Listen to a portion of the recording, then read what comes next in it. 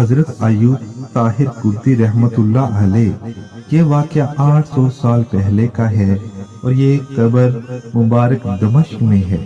بتایا جاتا ہے کہ علماء کے دو گروپس کا آپس میں کسی مسئلے پر اختلاف ہو گیا اور وہ فیصلے کے لیے حضرت ایوب کردی رحمت اللہ علیہ کی خدمت میں حاضر ہوئے۔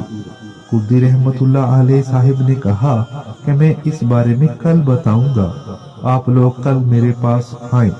وہ لوگ گئے اور دوسرے دن حاضر ہوئے تو پتہ چلا کہ ایوب کردی رحمت اللہ علیہ رحلت فرما گئے ہیں اور ان کی تو تدفین بھی ہو چکی ہے۔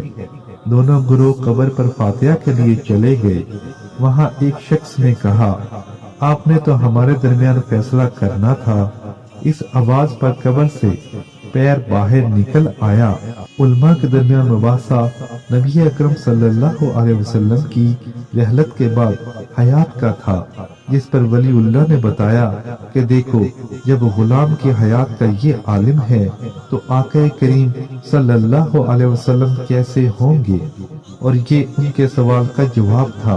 800 سال سے یہ پیر مبارک اسی طرح قبر سے باہر ہے اور اس کے ناخن بھی بڑھتے ہیں، جو کہ محکمہ اوقاف کا ملازم کچھ دن بعد آ کر تراشتا ہے۔